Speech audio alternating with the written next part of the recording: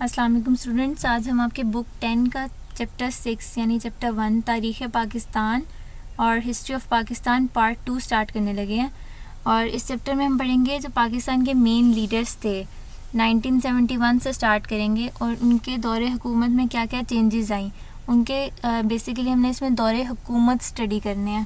تو مین لیڈرز جو تھے ذوالفقار علی بھٹو، جنرل ضیاء الحق، محمد خان جنیجو، بے نظیر بھٹو، نواز شریف، پرویز مشرف، ان سب کے دور حکومت ہم نے اس چیپٹر میں پڑھنے ہیں.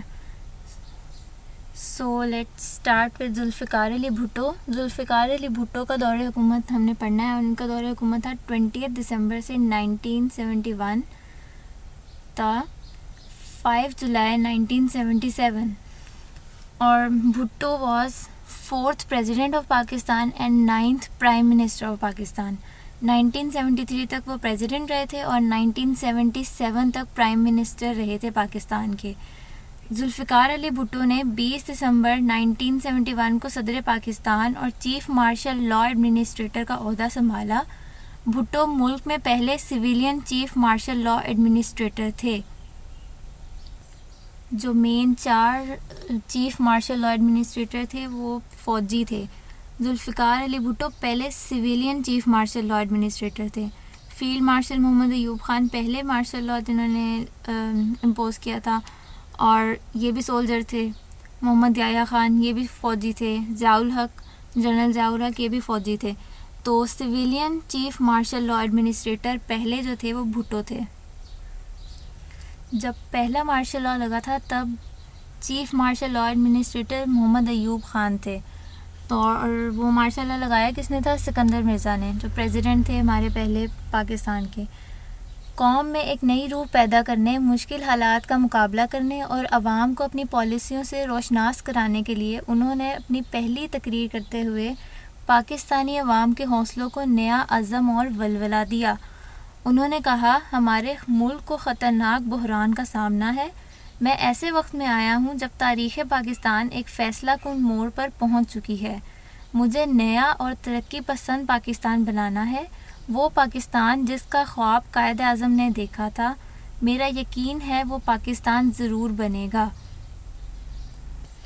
اور بھٹو نے پھر اپنی پہلی تقریر میں کیا کہا کہ ہمارے ملک کو خطرناک بحران کا سامنا ہے. 1971 میں کس قسم کا بحران تھا؟ 1971 میں انڈیا اور پاکستان کی جو جنگ ہوئی تھی اس میں ہمارا ایک بہت بڑا حصہ جو آج بنگلہ دیش کے نام سے اب علیحدہ ریاست ہے وہ پاکستان کا حصہ تھا. 1971 میں وہ ہم سے علیحدہ ہو گیا تھا. تو اس وجہ سے کافی کرائسس بھی تھے کیونکہ اتنا بڑا پارٹ کھو دینا کوئی چھوٹی بات تو نہیں ہے.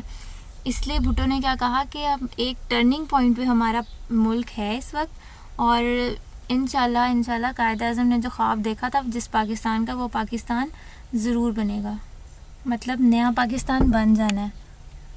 تو اب بھٹو کے دور میں اکنامک ریفارمز میں کیا چینجز آئی تھی، ان کے مین اسپیکٹس اس میں آگے ڈسکرائب کیے ہوئے ہیں. 1971 سے 1977 کے دوران معاشی اصلاحات کے اہم پہلو، main aspects of the economic reforms during 1971 to 77. تو 2 نیشنلائزیشن بھی کی تھی جو ادھر چیپٹر میں بتائی ہیں، nationalisation of industries and nationalisation of banks and insurance policies یا کمپنیز. اور اکنامک ریفارمز میں انڈسٹریل اور ایگریکلچر ریفارمز، لیبر ریفارمز، یہ 4 پوائنٹس بتائے ہوئے ہیں. اب سٹارٹ ہم نے کرنا ہے نیشنلائزیشن آف انڈسٹریز، صنعتوں کو قومی تحویل میں لینا.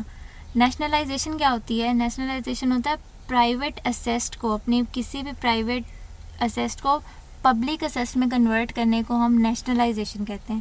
اور نیشنلائزیشن کیوں کی گئی تھی وہ ہم پڑھتے ہیں. 1971 تک ملک کے 60% صنعتی اثاثے اور 80% انشورنس کا کاروبار صرف 22 خاندانوں کی ملکیت تھا. 22 دسمبر 1971 کو بھٹو حکومت نے 22 سرمایہ دار خاندانوں کے پاسپورٹ ضبط کر لیے. 19 کمپنیوں کو جاری کیے گئے 10 کروڑ سے زائد کے صنعتی لائسنس غیر قانونی قرار دے دیے. مطلب یہ پرائیویٹ انڈسٹریز اور پرائیویٹ انشورنس کے بزنس جو تھے اس سے حکومت یا ملک کو کوئی فائدہ نہیں پہنچ رہا تھا. صرف ان خاندانوں کو جن کی یہ ملکیت تھے، 22 خاندان جو تھے، صرف ان کو فائدہ ہو رہا تھا. تو اس نے کیا کیا، بھٹو نے 22 سرمایہ دار خاندانوں کے پاسپورٹ ضبط کر لیے، 19 کمپنیوں کو جاری کیے گئے 10 کروڑ سے زائد کے صنعتی لائسنس غیر قانونی قرار دے دیے۔ اس میں اب کیا ہوا ہے، یہ پرائیویٹ اسیس جو تھے ان خاندانوں کے، ان کو پبلک اسیس میں چینج کر لیا، کنورٹ کر لیا، اور ان سب کو قومی تحویل میں لے لیا۔ ذوالفقار علی بھٹو پاکستان میں صنعتی ترقی اور استحکام کو عوام کی ترقی کے لیے ضروری خیال کرتے تھے۔ کیوں لیا؟ کیونکہ صنعتی ترقی انڈسٹریل ڈیولپمنٹ کو اکنامک ڈیولپمنٹ کے لیے یوز کرنا چاہ رہے تھے۔ ان کے دل میں عوام کی بھلائی کا جذبہ تھا۔ وہ سرمایہ داروں، دولت مندوں اور کارخانہ داروں کی پالیسیوں سے اتفاق نہیں کرتے تھے۔ عوام کو ان کی ناانصافی سے نجات دلانے کے لیے ذوالفقار علی بھٹو نے 2 جنوری 1972 کو ایک آرڈیننس جاری کیا، جس کے تحت 10 بڑی صنعتوں کو سرکاری کنٹرول میں لینے کا اعلان کیا۔ اب کیا کیا، 10 بڑی صنعتیں انہوں نے قومی تحویل میں لے لی۔ پرائیویٹ جتنی بھی انڈسٹریز تھیں ان میں سے 10 بڑی صنعتیں انہوں نے کیا کیا ہے، پبلک اسیس میں کنورٹ کر دی۔ کون کون سی صنعتیں تھیں وہ؟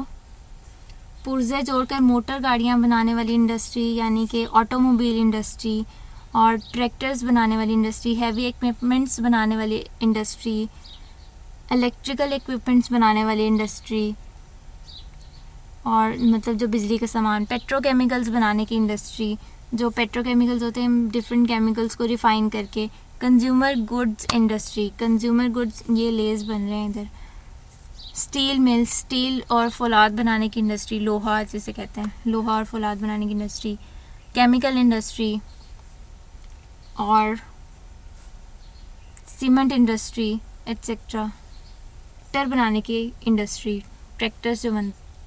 صنعتی اصلاحات کے تحت 20 صنعتی اداروں کے ڈائریکٹر برطرف کر دیے گئے اور ان کی انتظامی ایجنسیاں ختم کر دی گئیں۔ ہر صنعتی ادارے کے انتظامی امور کو چلانے کے لیے علیحدہ علیحدہ انتظامی ڈائریکٹر مقرر کیے گئے۔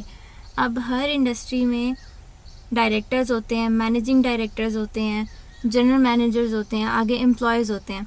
تو انہوں نے کیا کیا، اب 20 انڈسٹریل یونٹس کی ڈائریکٹرز ٹرمینیٹ کر دیے اور ان کی مینیجنگ ایجنسیز ان کو بند کرا دیا۔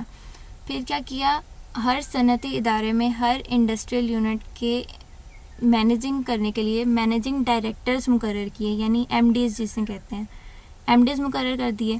پھر کیا کیا، 16 جنوری 1972 کو ملکی مفاد کے تحت مزید 11 صنعتی ادارے قومی تحویل میں لے لیے گئے۔ بھٹو حکومت کے درج بالا اقدامات سے پاکستان میں صنعتی ترقی ہوئی اور اقتصادی استحکام پیدا ہوا۔ اس کے بعد کیا کیا انہوں نے، 11 اور 10 پہلے لینی تھی، پھر 11 اور صنعتی ادارے بھی قومی تحویل میں لے لیے، ان کو بھی نیشنلائز کر دیا۔ اس سے کیا ہوا، پاکستان میں انڈسٹریل ڈیولپمنٹ ہوئی اور کیا ہوا تھا، اکنامک اسٹیبلٹی ہوئی۔ اب نیشنلائزیشن کے بینیفٹس بھی ہیں، کچھ نقصان بھی ہیں، وہ ہم اس کے بعد پڑھیں گے۔